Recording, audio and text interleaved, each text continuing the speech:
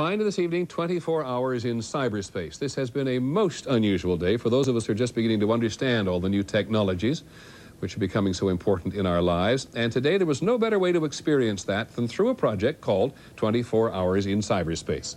Its goal was to document how computer technology is sweeping the world. Here's ABC's Ken Kashiwahara. This is a Nightline Friday night special. It was all done in a single day. Photographers in Moscow, Bosnia, Tokyo, beaming their images first to San Francisco. This was sort of like the moon launch. You wouldn't want to go and take a nap because you're sure at the moment you're not there, something that is earth-shaking would happen. And then across the globe. Europe, as you can see, is just out of control, as is South Africa. It is a living document of the communications revolution. It's like doing the Ed Sullivan Show from the 50s. You know what I mean? It's that sense of live television and trying to make all this happen. Is this the future? Tonight on Nightline.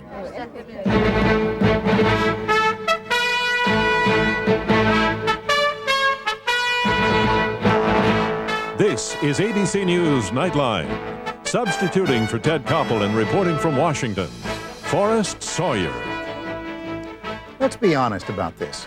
For all the talk these days about cyberspace and internet and world wide webs, most of us still have a close personal electronic relationship with maybe our television and telephone and our stereo.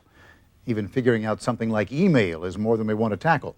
So when an international group of journalists and photographers, computer freaks and engineers band together to demonstrate how the communication revolution really is changing the world, to demonstrate how interconnected we've all become, and when they do it in ways we can understand, we figured we'd better be there.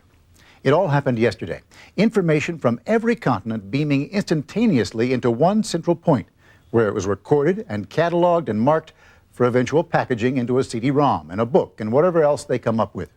It is marketing and entertainment, to be sure, but it is also a remarkable spectacle.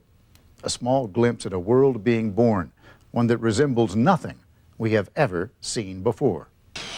Moscow. A cathedral is being restored based on archive information shared on the internet. This photographer, Jeremy Nichols, is just one of 150 photojournalists around the world involved in a radical experiment. They are documenting a single day on the internet by using the internet to transmit their work.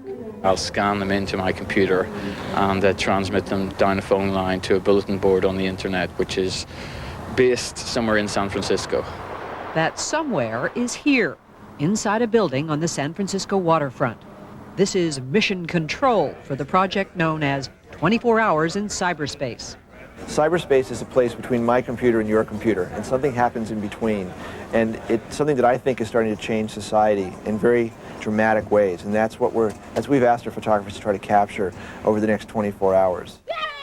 When Marshall McLuhan predicted that modern technology would connect the world in a global village, he might have been imagining this very scene.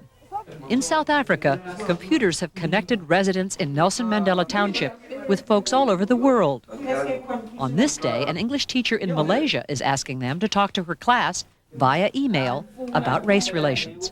Now, for about 21 cents, they can send 5 email letters a day throughout the world. But they've never had that opportunity before, and this is definitely changing the lives of township children.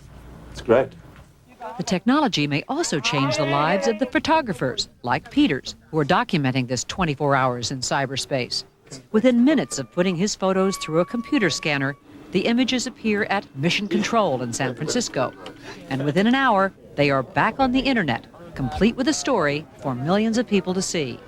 But taking in the photos is just the first step in a fairly complicated process, one aimed at creating an instant publication to be seen, where else? On the internet. So after the traffic guys take it in, then it comes over here, and what happens here? This is actually the story pod itself. Each story pod handles a different category, writing copy to go with the photos.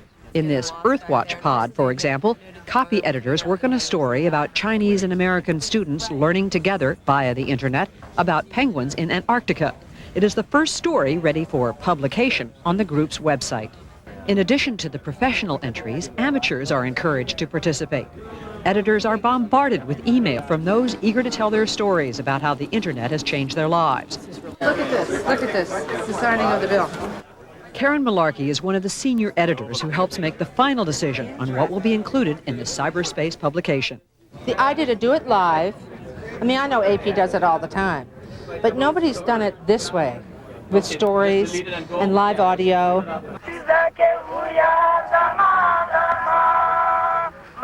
The sound she's talking about is produced here in Mission Control's audio room.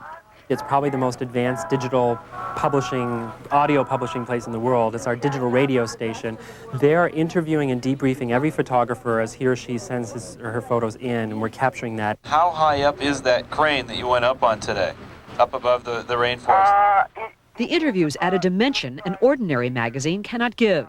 That audio information is then added to the final mix for the worldwide audience. You click on a little picture for an audio piece, and then you listen to it. That's amazing.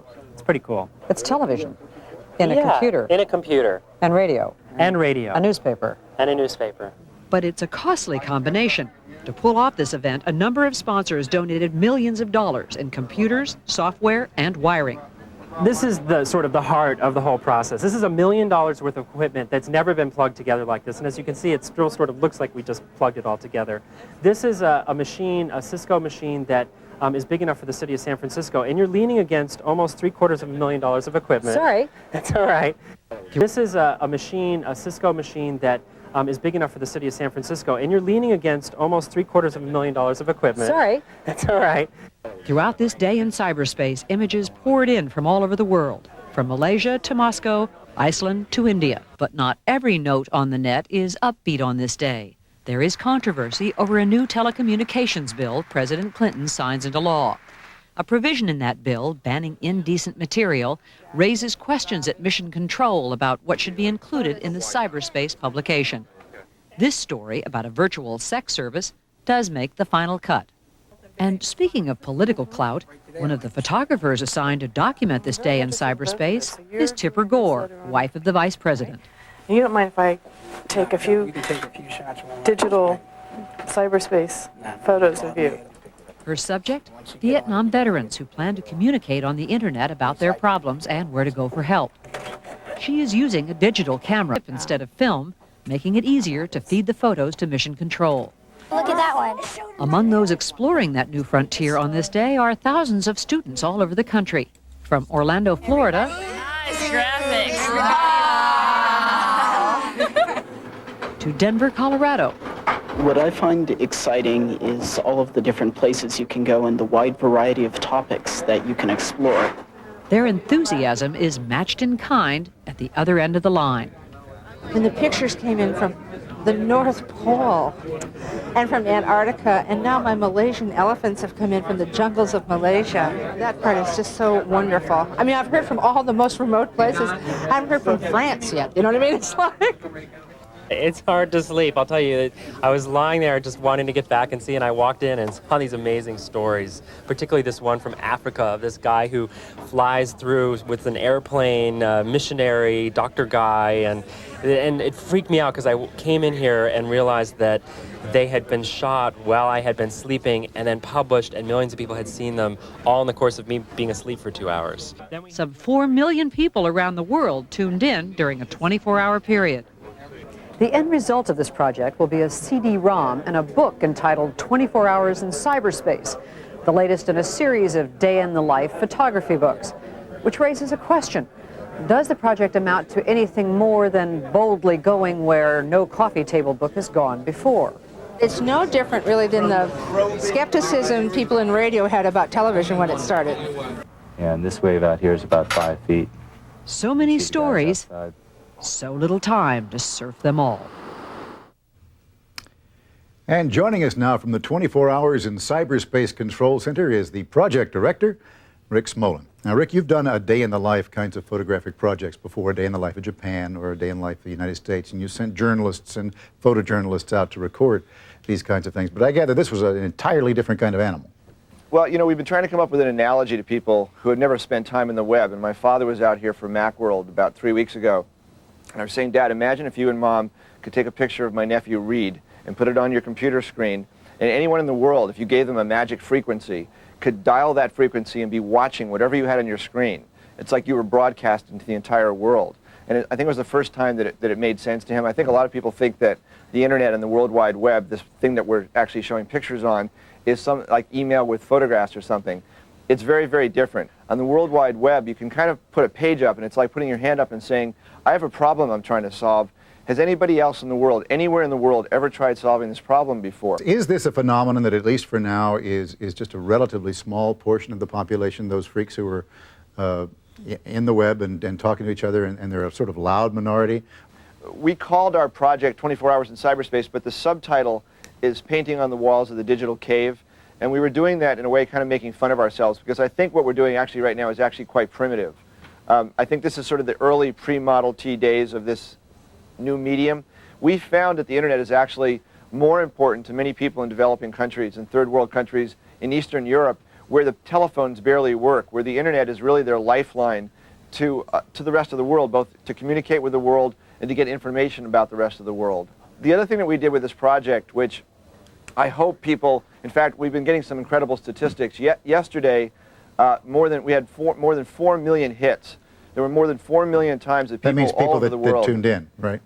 People that actually came and touched the pages of our site. One night we opened up this little window on the screen which allowed us to look at not who is visiting our site, but where they were coming from.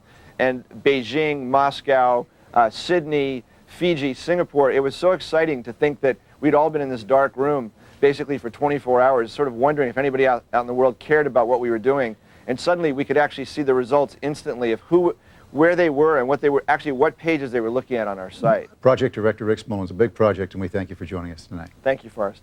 That is our report for tonight. I'm Forrest Sawyer in Washington. For all of us here at ABC News, good night. You can find ABC News in cyberspace through America Online. Keyword ABC News. And you can follow the 1996 presidential campaign and get up-to-the-minute primary results on the World Wide Web at electionline.com. Nightline is a presentation of ABC News. More Americans get their news from ABC News than from any other source.